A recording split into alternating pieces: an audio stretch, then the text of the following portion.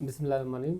अगर आपको चक्कर आते हैं स्पेशली बेड पे लेटते वक़्त या बेड से उठते वक़्त, या आपको महसूस होता है कि आस-पास वाली चीज़ें घूम रही हैं, कमरा घूम रहा है या आपका सर घूम रहा है, साथ में दिल मतली-मतली या वोमिटिंग टाइप महसूस होती रहती है, और जो चक्कर आता है आपको शदीद किस्म का चक्कर आता रहता है। आखिर इसकी वजूहात क्या हैं और किस तरह इसको डायग्नोस करेंगे और किस तरह इसको ट्रीट करेंगे, we will discuss in this video.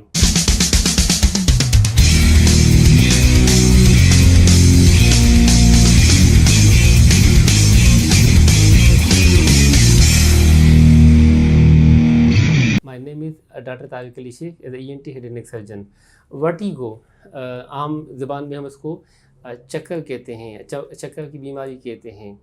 तो बुनियादी तौर पे वर्टिगो में पेशेंट को महसूस होता रहता है कि सर कमरा घूम रहा है, आसपास वाली चीज़ें घूम रही हैं, या उनको महसूस होता है कि सर मेरा सर घूम रहा है। और जब भी मैं गर्दन को मूव करता हूँ, राइट साइड पे मूव करता हूँ, या बाज़ पेशेंट कहते हैं कि सर हम लेफ़्ट साइड पे मूव करते हैं, तो शदीद किस्म का चक्कर महसूस होता रहता है। बेड से उठते वक़्त या बेड से लेटते वक़्त, या बाज़ औक़ात रुकू में जाते हैं या सजदे में जाते हैं, तो उस वक़्त शदीद किस्म का दर्द महसूस होता रहता है, शदीद किस्म का चक्कर महसूस होता रहता है। कुछ पेशेंट ऐसे भी होते हैं जिनको महसूस होता है कि साथ साथ में दिल मतली सी महसूस हो रही है, वोमिटिंग टाइप महसूस होती रहती है। तो बुनियादी तौर पे देखा गया है कि एक है पेरिफेरल काजेज़, दूसरा है सेंट्रल काजेज़। इसमें जो पेरिफेरल काजेज़ हैं उसमें most common that is vestibular neuronitis.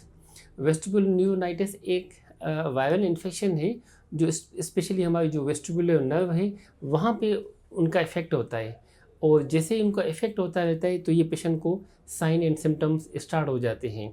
और ये पेशेंट कोई भी परेशानी की बात नहीं है, वायरल इन्फेक्शन है, ये सेल्फ लिमिटिंग डिजीज़ है। ऐसे पेशेंट को अक्सर 5-7 दिन पहले या कुछ दिन पहले नज़ला हुआ था, ज़ुकाम खांसी हुई थी, फीवर हुआ था, तो ये पेशेंट आहिस्ता 3 से 5 दिन में, 7 दिन में बिल्कुल सेटल हो जाते हैं, तो कोई भी परेशानी की बात नहीं है। दूसरा जो पेरिफेरल में मोस्ट कॉमन है उसे हम कहते हैं benign proximal position vertigo. Benign का मकसद है कि कोई भी ख़तरे वाली बात नहीं है। प्रोक्सिस का मकसद है कि बार बार ये चक्कर आते रहते हैं। पोजीशन का मकसद है कि मखसूस पोजीशन के साथ आते रहते हैं। वर्टिगो का चक्कर आते रहते हैं। तो ये वो पेशेंट है जिनमें कान के अंदर वाला जो हिस्सा है स्पेशली, जिसे हम कॉक्लिया कहते हैं, उसके अंदर छोटे छोटे क्रिस्टल्स होते हैं, क्यूपुला से डिस्प्लेस होके मैक्यूला में चले जाते हैं, और उनको फिर ये सडन चक्कर आना शुरू हो जाते हैं, और शदीद किस्म के चक्कर आते हैं, होते हैं वो पोजीशन के साथ ही, स्पेशली राइट साइड पे या लेफ़्ट साइड पे या रुकू में या सजदे के दौरान या उठते वक़्त उनको ऐसे महसूस होता रहता है जैसे ज़िलज़ला आ गया हुआ है। तो ऐसे पेशेंट को फिर हम कहते हैं बिनाइन प्रोक्सिमल पोजीशन वर्टिगो, या पोजीशनल वर्टिगो भी हम उसको कहते हैं।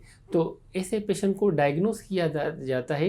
एक टेस्ट है जिसे हम कहते हैं डिक्स-एल्पाई टेस्ट। पेशेंट को हम बेड पे लेटाते हैं या काउच पे लेटाते हैं, और पेशेंट को हम पोजीशन रख लेते हैं। उनकी सर की, अगर राइट साइड पे उनको वर्टिगो महसूस होता रहता है तो उनकी हम 45 एंगल पे सर को मूवमेंट कराते हैं, और उसको फिर आहिस्ता काउच पे लटा के सर को थोड़ा सा डाउनवर्ड करते हैं 30 डिग्री पे। इसी दौरान पेशेंट को अगर ये चक्कर राइट साइड पे आते हैं तो हम कहते हैं ये डिक्स-एल्पाई राइट साइड पॉजिटिव है। अगर ये लेफ़्ट साइड पे आते हैं तो हम कहते हैं डिक्स-एल्पाई लेफ़्ट पे पॉजिटिव है। तो ये है diagnostic test for positional vertigo. Once ये डायग्नोस हो जाता है उसका फिर थेरेपेटिक मेन्यू होता है जिसे हम कहते हैं एप्लीज मैन्यूअल।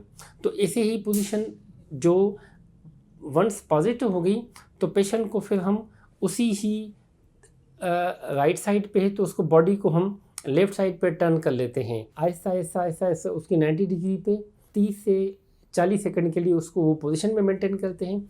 फिर आहिस्ता उसको 180 पे ले आते हैं, तो वो तकरीबन 30 to 40 सेकंड्स के लिए उसी पोजीशन में उसको रख लेते हैं, और फिर उसको आहिस्ता हम उसी कंडीशन में बिठा देते हैं। तो ये तकरीबन 2 से 3 मिनट की एक एक्सरसाइज होती रहती है।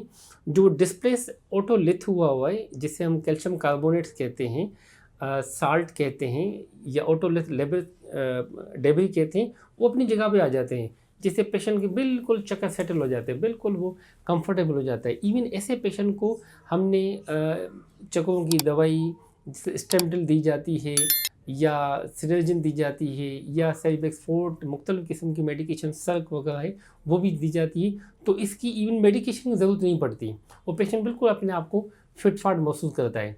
तो ये मेनली 2 काजेज़ होते रहते हैं, that is vestibular neuronitis and second that is the BPPV। Thank you so much.